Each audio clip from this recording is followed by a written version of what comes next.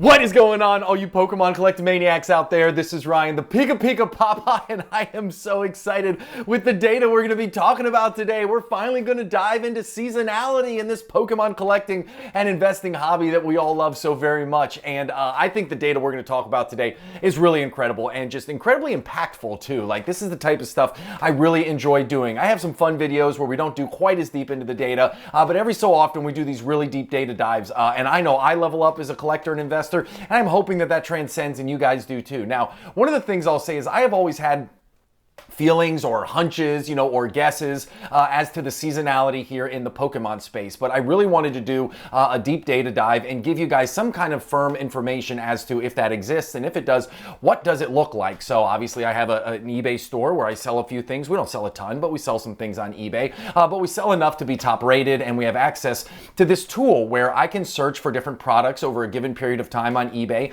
and it will tell you sales data around it. So in this exercise right here, I searched for Pokemon card, and I went back as far as it would let me, which was February 1st of 2021, and then I set it to the date of January 30th, 2024. So essentially, this is 3 years worth of data. Now, anything that is sold in the eBay marketplace over that time frame that contained the keyword or the words in there of Pokemon card is represented here. Now, that means it could be sealed product, it could be slabs, it could be singles, it could be cases, it could be anything as long as it contains Pokemon card. So this is not indicative of just single card prices or anything like that, but it is directional, right? Like, this is not going to encompass everything in the Pokemon hobby, but it sure is going to encompass a lot, because guess what? Over that time frame, this represents 10 million individual sales. Look at that. I highlighted it in that yellow box right there.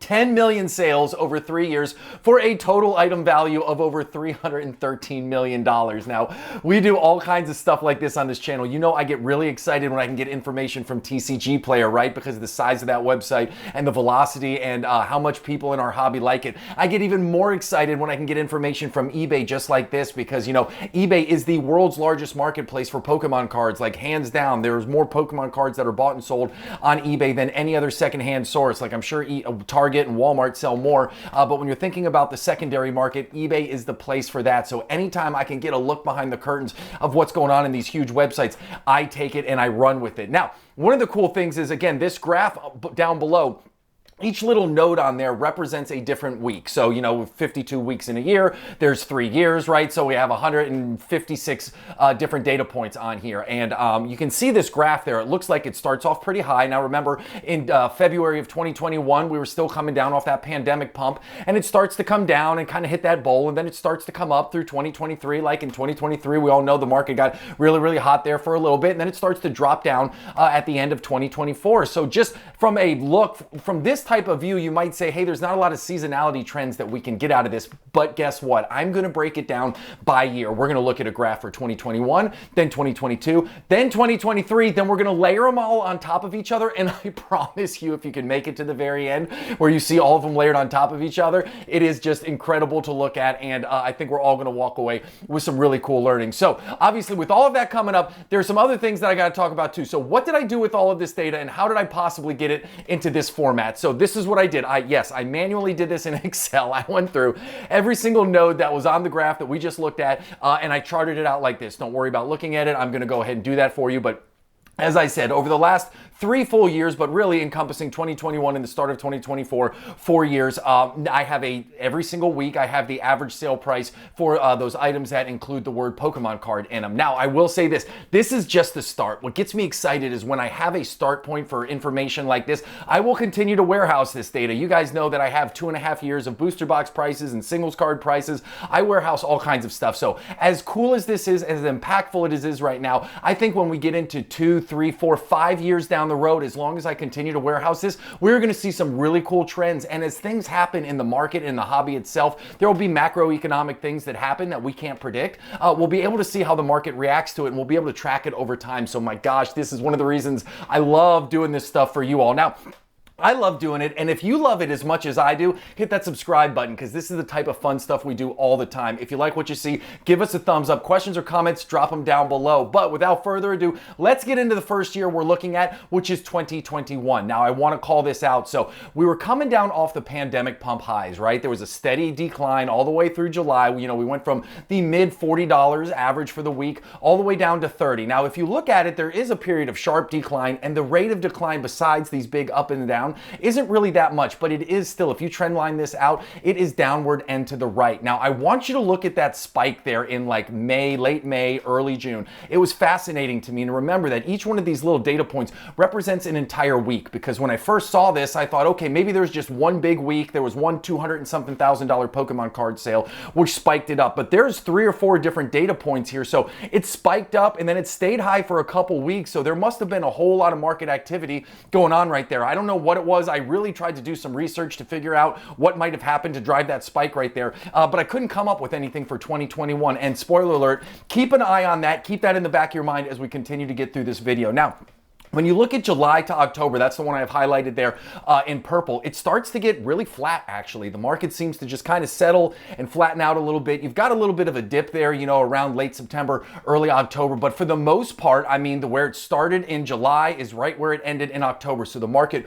was really flat. And then coming out of that, right, like the holiday season, I'm thinking November, December, like what is the market going to do? Are prices going to shoot up? Well, we didn't see that. We see a little bit of a spike, right? And then it kind of holds on for a minute. Then it drops back down. Then another spike, and then right past December, right, it starts to kind of flatten out a little bit, which was really interesting for me. Now, I decided to take 2021 with a little bit of a grain of salt, simply because, again, I still feel like the market was coming down off those pandemic pumps. But some of the trends that we see here, you're going to continue to see in the future, and that is what's so exciting about doing this. Now, let's jump into 2022. So, prices continue to come down post-December, right? We see our first week where the average sale price for those Pokemon card designated items was $25, right? Everything had been up over 30, but then you look right there, in like July, it starts to come down, or June, it starts to come down, and then we get into the $25 mark. Now, the other thing we see is, look, remember that purple box? We saw that last time. This is the same July through October. This is that same 4-month period that we just saw in 2021, where the market seems to flatten out a little bit. Like there's not a lot of up, there's not a lot of down. It really does seem to flatten out. But in 2022, we see something different than we saw in 2021. Remember in 2021, when we got past October, it was real choppy there, heading up into December, but this is a steady eddy upward to the right movement, okay? So, again, what does that mean? I still see the same pattern that I saw back in 2021, right? A little bit choppy, except this one is just a smoother line, so that's kind of exciting to see. But then what happens post-Christmas? Look at how that line drops down. So again, what I was expecting when I saw this, I was expecting November and maybe mid-December prices to start getting a little frothy because everybody's out there buying little Timmys and Toms and Jens and Jennies, all the Pokemon cards that they want for Christmas or Hanukkah or whatever holiday people celebrate, around the December timeframe. But it's exciting to see that that is kind of what I thought would happen, and it almost came to be. And then you see that after those holiday seasons, the prices start to drop. So what did we see in 2023? Now, 2023 was a really exciting year. We started to see the market get really strong there for a little bit, but look how flat it was for the first half of 2023. Up until what happened? Again, we see that random spike there, right? That random spike in May and June where it just shoots up to the right. It's just fascinating to me. And again, I tried to go back. Like I was a very active collector, like this channel was in existence back at that time in 2023. And I just can't figure out what it was. But to see the same thing in 2021 happen almost at the exact same time in 2023, there's something going on in the hobby. There's something at the macro level that happens to cause that big spike. Now, what happens over that same 4-month period that we've been talking about every single year up till now? Again, look how incredibly flat that is, right? Now, the difference was this time, that big spike that happened in May and June, in July and October, it held on to a lot of those gains, right? Which is really interesting. But even though it held on to the gains, it was still really, really flat. And then opposite of what we saw last year, we don't see any price increase after that. So heading into the November, December holiday season, we actually see prices come down a little bit. Now, one of the similarities that we saw from the 2022 graph is, again, look at post-holiday season right there at the very, very far right of the graph. It does take a sharp turn down. So again, after the holidays, what I expected, I'm sure what most of us expect, is kind of the post-holiday pump, things to come back down. But what was really interesting to me in 2023 was just how the market continued to come down. Now we all know, we've been talking about it for a long time, that the Pokemon card market as a whole in the back half, or at least the back third of 2023 started to get really soft. We've seen a lot of Sun and Moon prices really come down. Sword and Shield prices were really starting to come down. Like, we're just starting to see some of that soften up a little bit. Sword and Shield is starting to gain a little bit more momentum from a singles card perspective. But Sun and Moon really is still dropping down from a singles card. I thought about that, but then I also thought, but booster box prices have been relatively strong. And again, remember, like, this encompasses any listing that had the designation of Pokemon card. And I'm sure all those sealed products did it too. So anyways, it was just really interesting to see these patterns emerge. Now, the next slide is the one that I was so excited to talk to you all about, because we're gonna take the red line, the green line, the blue line, we're gonna put them all on the same graph, and we're gonna see if there's any kind of commonalities or patterns that we can say, and this is exactly what I love. So look at this. This is 2021, 2022, 2023, and the beginning of 2024 all plotted out. Now, again, look at the red and green line. How crazy is it in like that May to mid-June, how you see those prices spike, but then in 2022, you see the opposite. It goes down. I can't figure it out. If you guys have any idea what could have possibly happened in that time frame in 2021 and 2023, go ahead and drop it in the comments down below. Maybe I'm being a PikaPikaPaPa idiot and I just missed out on it, but I can't figure it out for the life of me. Now, the other thing that we see that is pretty common here is if you look, even though the bars are higher than each other, the July through October period, as we called out on the last three, are really relative periods of calm, right? There's not a lot of craziness. There's not a lot of sharp ups and downs. You know,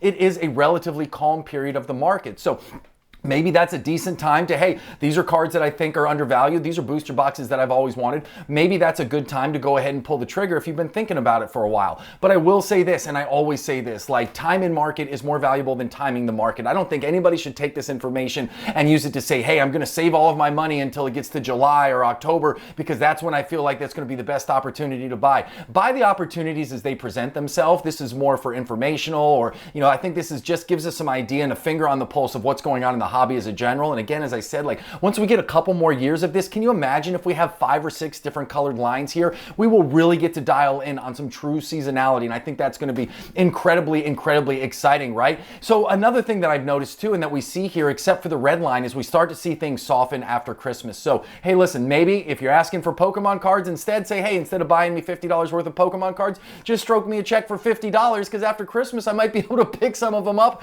on the cheap. I don't know how that works, but it could be really, really cool. And then the other thing that was exciting to me is the orange line represents the starting price for 2024, right? The average daily sale price for 2024. And you will see that it is starting off higher than 2022 and higher than 2023. Obviously, we don't have the data back to 2021, but that was the beginning. That was when the pandemic pump was still going on. So we know that it would have been much, much higher in 2021. But I'm incredibly excited for this year, and I'm incredibly excited to see that the starting prices, the average weekly prices for these cards that are sold under the designation of Pokemon card on eBay are higher in 2024 than it was in 2023 and 2022. And this information, just as a whole, I think is incredibly cool and incredibly impactful. And I'm hoping that as we continue to build this out and we continue to get more data points, like, we're just going to get more and more buttoned up throughout this whole process. So listen, as I said earlier, I am totally committed to every single month pulling the most recent data points and putting them in there. I will update this, and maybe we'll do a video on this every 6 months. I don't think we need to do it every quarter, but I will continue to update this. I'll continue to keep this information because I want you to be able to keep your finger on the pulse of the hobby. So if all that sounds good to you and you haven't hit the subscribe button yet, what are you doing? Hit the subscribe button. If you have questions or comments, drop them down below. And as always, if you like what you see, give us a big old thumbs up. Thank you so much for watching. I appreciate you more than you know, and you all have an epic one. Talk to you later. Bye.